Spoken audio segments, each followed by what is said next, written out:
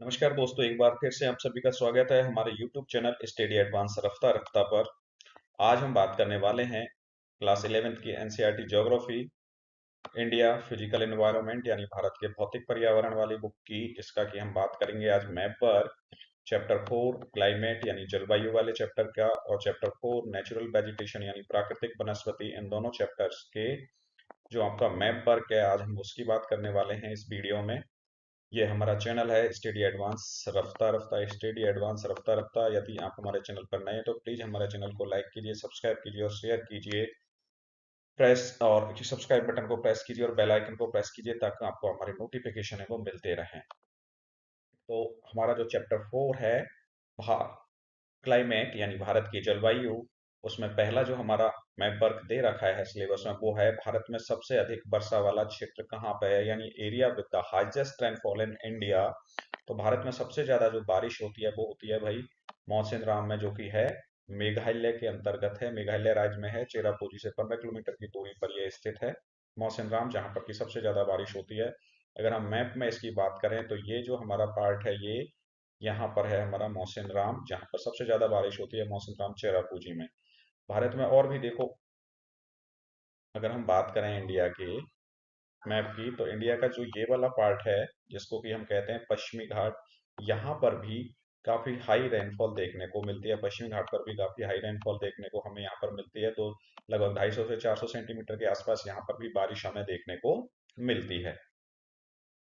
मौसम राम में जो एनुअल रेनफॉल है वो लगभग कितना होता है, 11,872 मिलीमीटर के आसपास यहाँ बारिश होती है। और इसका जो रेनफॉल का जो सोर्स है वो बंगाल की खाड़ी से आने वाली मानसून की जो ब्रांच है वो यहाँ पर बारिश करती है, और भारत में सबसे ज्यादा बारिश करती है यहाँ पर, और ये है मौसम राम है, जहाँ पर लगभग 11,872 मिलीमीटर के आसपास यहाँ बारिश होती है।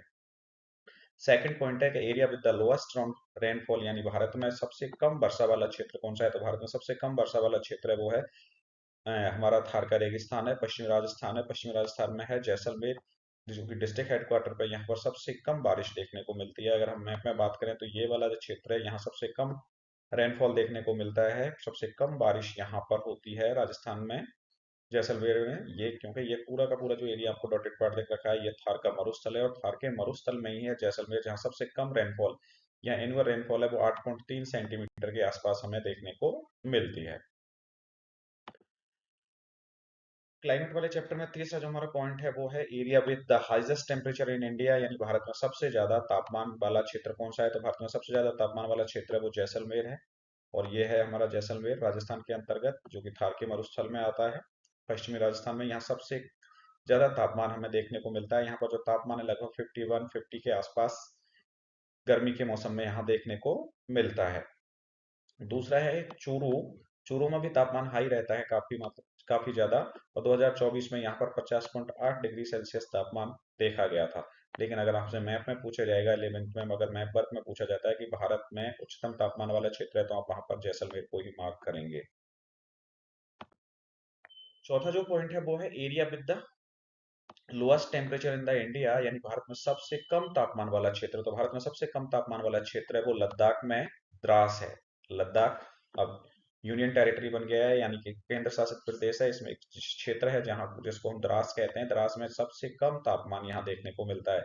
ये मैप में जो दिख रहा है आपको हाईलाइट कलर में, ये है हमारा लद्दाख स्टेट है, और इसमें ये जो पॉइंट दे रखा है ये है हमारा द्रास, जहां पर की -45 डिग्री सेल्सियस के आसपास तापमान रहता है। और 1995 में यहाँ पर 60 डिग्री सेल्सियस, माइनस में 60 डिग्री सेल्सियस तापमान नोट किया गया था। लद्दाख में एक और क्षेत्र है जिसका नाम है लेह, यहाँ पर भी तापमान है वो काफी कम पाया जाता है, -20 डिग्री सेंटीग्रेड तापमान यहाँ आसपास यहाँ पर पाया जाता है। लेकिन अगर आपसे मैप में पूछा जाता है तो आपको मार्क करना है लद्दाख, जो लद्दाख में द्रास सेक्टर है, जहाँ पर सबसे कम तापमान देखने को मिलता है, -45 डिग्री सेल्सियस के आसपास तापमान यहाँ पर रहता है। अब हम बात करते हैं चैप्टर 5 की, नेचुरल वेजिटेशन, भारत में प्राकृतिक वनस्पति वाले चैप्टर की बात करें। चैप्टर 5 है नेचुरल वेजिटेशन। तो इसमें हमसे सबसे पहले जो चीजें पूछी गई हैं वो फॉरेस्ट के बारे में पूछा गया है।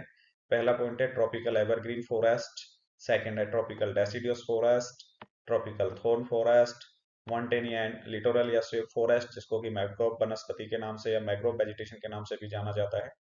सबसे पहले हम बात करते हैं ट्रॉपिकल एवरग्रीन फॉरेस्ट यानी उष्णकटिबंधीय सदाबहार वन। उष्णकटिबंधीय सदाबहार वन या ट्रॉपिकल एवरग्रीन फॉरेस्ट वहां देखने को मिलते हैं जहां पर बारिश बहुत ज्यादा होती है। तो भारत में जो बहुत ज्यादा बारिश होती है वो ये वाला क्षेत्र है। यहाँ पर हाई रेनफॉल हमें देखने को मिलता है। ये जो डार्क पार्ट है ये यहाँ पर हाई रेनफॉल होती है, तो यहाँ पर इस तरह के जो फॉरेस्ट है वो हमें यहाँ पर देखने को मिलते हैं। हम बात करें तो देखो पश्चिमी बंगाल का क्षेत्र है, उड़ीसा का क्षेत्र है, यहाँ पर आसाम का कुछ भाग है, मेघालय है, मिजोरम है, त्रिपुरा है, नागालैंड वाला क्षेत्र है, यहाँ पर हाई रेनफॉल होती है और यहाँ पर ट्रॉपिकल एवरग्रीन यानी उष्ण कटिबंधीय सदाबहार वन देखने को मिलते हैं। इसके अलावा तमिलनाडु का जो कोस्टल प्लेन है, ये कोस्टल एरिया है, यहाँ पर भी हमें क्या है, ट्रॉपिकल एवरग्रीन फॉरेस्ट देखने को मिलता है। इसके अलावा जो हमारा वेस्टर्न घाट है, यहाँ पर भी हाई रेनफॉल देखने को मिलती है और यहाँ पर भी ट्रॉपिकल एवरग्रीन फॉरेस्ट है वो हमें देखने को मिलते हैं। ट्रॉपिकल एवरग्रीन फॉरेस्ट का मतलब है ऐसे वन, ऐसा फॉरेस्ट जहां पौधों पर पत्तियां 12 के 12 महीने हमें देखने को मिलती हैं। उन्हें उष्णकटिबंधीय सदाबहार वन के नाम से जाना जाता है। सेकंड है आपका ट्रॉपिकल डेसिडुअस यानी उष्णकटिबंधीय पर्णपाती वन। पर्णपाती का मतलब है ऐसा फॉरेस्ट जहां पर पौधे अपनी पत्तियों को गिराते हैं और उस समय वो नग्न प्रतीत होते हैं, उनके ऊपर कोई पत्ती देखने को नहीं मिलती। तो ये वाला जो क्षेत्र है वो कौन सा है हमारा, तो यहाँ पर जो लो रेनफॉल यहाँ पर देखने को मिलती है, यहाँ ये वाला जो क्षेत्र है ये जो आपको दिख रहा है लाइट पार्ट में, ये पूरा का पूरा क्षेत्र है ये, यहाँ पर इस तरह का फॉरेस्ट हमें देखने को मिलता है। अब इसमें कौन कौन से स्टेट हैं जो आते हैं जहां पर कि उष्णकटिबंधीय पर्णपाती वन पाए जाते हैं। तो उष्णकटिबंधीय पर्णपाती वनों की हम बात करें तो देखो पंजाब का कुछ एरिया है, हिमाचल प्रदेश का भी एरिया है, उत्तराखंड है, उत्तर प्रदेश है, राजस्थान का हिस्सा है, हरियाणा है, मध्य प्रदेश है और आपका महाराष्ट्र है, कर्नाटक का हिस्सा, तमिलनाडु का क्षेत्र है। इधर हम बात करें तो फिर बिहार आ जाता है, फिर हमारा झारखंड है, छत्तीसगढ़ है, उड़ीसा है, वेस्ट बंगाल का भी वेस्ट बंगाल का भी कुछ एरिया है जहां पर उष्णकटिबंधीय पर्णपाती वन हमें देखने को मिलते हैं। तीसरा है आपका ट्रॉपिकल थॉर्न यानी उष्णकटिबंधीय कटीले वन। इस तरह के वन वहां पाए जाते हैं जहां बहुत कम बारिश देखने को मिलती है, लो रेनफॉल जहां देखने को मिलता है। और लो रेनफॉल जो देखने को मिलती है वो मिलती है हमारे थार के रेगिस्तान में। जो थार का रेगिस्तान है वहां पर कम बारिश देखने को मिलती है, तो वहां पर इस तरह के वन हमें देखने को मिलते हैं जिन्हें कि उष्ण कटिबंधीय कटीले वन कहते हैं। यहाँ पर पौधों में कांटे देखने को मिलते हैं, इसलिए इन्हें कटीले वन के नाम से जाना जाता है।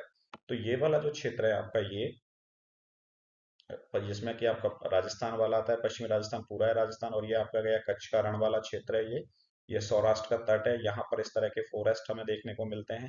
इसके अलावा ये वाला जो हिस्सा है यहाँ पर भी इस तरह का जो फॉरेस्ट है वो हमें देखने को मिलता है, ट्रॉपिकल थॉर्न। इन पौधों में कांटे देखने को मिलते हैं, इसलिए इनको कटीले वन के नाम से जाना जाता है। इसके बाद अगर हम आगे बात करें तो बात करते हैं पर्वतीय वनों की। किसकी बात करते हैं, पर्वतीय वनों की बात करें तो पर्वतीय वन कहाँ पाए जाते हैं, जहां पर पहाड़ होंगे, जहां पर पर्वत होंगे, जहां पर माउंटेन्स होंगे, वहां पर माउंटेन्स फॉरेस्ट हमें देखने को मिलते हैं। तो माउंटेन्स हैं वो हमारे यहाँ पर है, देखो हिमाचल, उत्तराखंड, जम्मू एंड कश्मीर, लद्दाख वाला जो क्षेत्र है यहाँ पर इस तरह का फॉरेस्ट है वो हमें देखने को मिलता है, पर्वतीय वन। इसके अलावा ये सिक्किम है, यहाँ पर भी पर्वतीय वन देखने को मिलते हैं। फिर ये है हमारा अरुणाचल प्रदेश जहाँ पर हमें फॉरेस्ट देखने को मिलते हैं। असम का भी कुछ पार्ट है, नागालैंड वाला भी कुछ हिस्सा है जहां पर हमें पर्वतीय वन देखने को मिलते हैं। फिर हम बात करें तो तटीय या दलदली वन। तटीय का मतलब है जो समुद्र के किनारे यानी सी कोस्ट पर पाए जाने वाले वन, फॉरेस्ट हैं, उनको हम तटीय वन के नाम से जानते हैं।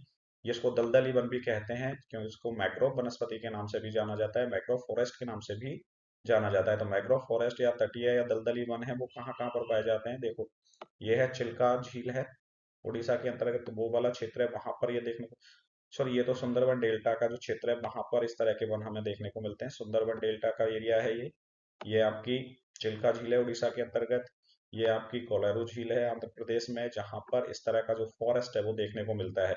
इसके अलावा जो हमारा अंडमान निकोबार वाला जो एरिया है वहां पर भी इस तरह का फॉरेस्ट हमें देखने को मिलता है। ये जो दलदली वन होते हैं ये पक्षियों के सबसे अच्छे आवास माने जाते हैं, जहां पर पक्षी अपनी आसानी से आवास करते हैं। आगे चलें तो हम बात करते हैं नेशनल पार्क की बात करते हैं यानी राष्ट्रीय उद्यानों की बात करते हैं। तो हमारी जो सिलेबस है उसमें हमने दे रखा है Jim Corbett national park, Kaziranga national park, Ranthambore national park, Shivpuri national park और सिमलीपाल नेशनल पार्क को हमारे सिलेबस में दे रखा है। तो हम इन्हीं के बारे में बात करेंगे। जिम कॉर्बेट जो नेशनल पार्क है ये उत्तराखंड में है। ये जो वाला क्षेत्र है हमारा, ये जो स्टेट है ये उत्तराखंड है हमारा। और उत्तराखंड में ये वाला जो पार्ट है यहाँ पर है हमारा जिम कॉर्बेट नेशनल पार्क है। काजीरंगा है ये है आसाम में। ये है हमारा आसाम स्टेट है, जहां पर ये वाला जो क्षेत्र है ये है हमारा काजीरंगा नेशनल पार्क। कौन सा है? Kaziranga national park. फिर हम बात करते हैं रणथंभौर की। रणथंभौर है ये राजस्थान का एक डिस्ट्रिक्ट है, सवाई माधोपुर।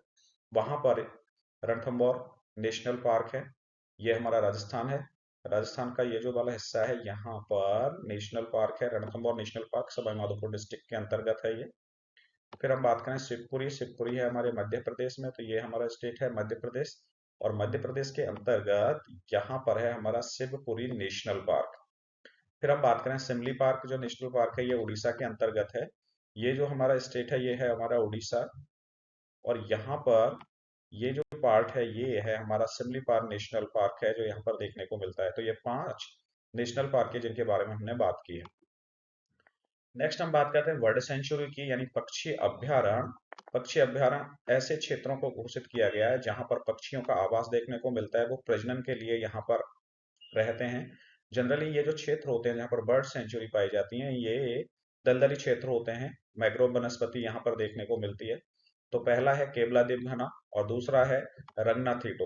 केवलादेव घना है ये राजस्थान के अंतर्गत है। राजस्थान में एक डिस्ट्रिक्ट है भरतपुर, और भरतपुर डिस्ट्रिक्ट में है केवलादेव घना। ये राजस्थान है हमारा, जो मैप में आपको दिख रहा है। और यहाँ पर है केवलादेव घना। केवलादेव घना जो पक्षी अभ्यारण्य है, जो बर्ड सेंचुरी है, ये मोस्टली जाना जाता है साइबेरियन सारसों के प्रजनन के लिए। यानी साइबेरियन क्रेन है, वो इस ठंड के मौसम में यानी दिसंबर जनवरी में यहाँ पर आते हैं और प्रजनन करते हैं, क्योंकि जब साइबेरिया में उस समय टेम्परेचर बहुत डाउन होता है, माइनस में वहां टेम्परेचर चला जाता है, जिसके कारण वहां पर ये प्रजनन नहीं कर पाते। तो ये मूव करते हैं वहां से और आते हैं केवलादेव घना में, यहाँ पर ये प्रजनन करते हैं और उसके बाद फरवरी मार्च में ये वापस साइबेरिया चले जाते हैं। बात करें अपना रंगनाथीटो वर्ल्ड सेंचुरिया। रंगनाथीटो वर्ल्ड सेंचुरिया ये है हमारी कर्नाटका में। ये कर्नाटक और जो तमिलनाडु का तट है, दोनों का जो बाउंड्री है, वहां पर है रंगनाथीटो वर्ल्ड सेंचुरी। नेक्स्ट हम बात करते हैं वाइल्ड लाइफ सेंचुरी की, यानी वन्य जीव अभ्यारण्य। वन्य जीव अभ्यारण्य हमारे जो सिलेबस में 4 दे रखे हैं। पहला है पेरियार, सेकंड है राजाजी, थर्ड है मुदुमलाई और फोर्थ है दचिगम। पेरियार जो वाइल्ड लाइफ सेंचुरी है यानी वन्यजीव अभ्यारण्य पेरियार, ये केरला में है। ये है हमारा केरला स्टेट, और केरला में यहाँ पर है पेरियार वर्ल्ड सेंचुरी है। फिर हम बात करें Rajaji world sanctuary, Rajaji wildlife sanctuary की, यानी राजाजी वन्यजीव अभ्यारण्य की। तो राजाजी वन्यजीव अभ्यारण्य ये उत्तराखंड में है। ये जो हमारा स्टेट है ये उत्तराखंड है, और यहाँ पर है राजाजी वन्यजीव अभ्यारण्य। अगला है मुदुमलाई वाइल्ड लाइफ सेंचुरी, यानी मुदुमलाई वन्यजीव अभ्यारण्य। ये है तमिलनाडु के अंतर्गत, और यहाँ पर ये तमिलनाडु है। तमिलनाडु में यहाँ पर है हमारा मुदुमलाई वाइल्ड लाइफ सेंचुरी है। फिर हम बात करें दचिगम की, तो दचिगम है जम्मू एंड कश्मीर में है। कश्मीर से 20 किलोमीटर आगे है हमारा दचिगम, यहाँ पर स्थित है। ये जम्मू एंड कश्मीर में दचिगम है यहाँ पर, और यहाँ पर ये वाइल्ड लाइफ सेंचुरी है, यहाँ देखने को मिलती है। तो ये चारों की चारों हमारी वाइल्ड लाइफ सेंचुरी है। तो इस तरह से हमारा चैप्टर 4 और चैप्टर 5 का जो मैप वर्क है वो कंप्लीट होता है। Thank you for watching. आप हमारे चैनल पर नए हैं तो प्लीज हमारे चैनल को सब्सक्राइब कीजिए। Thank you very much to all of you.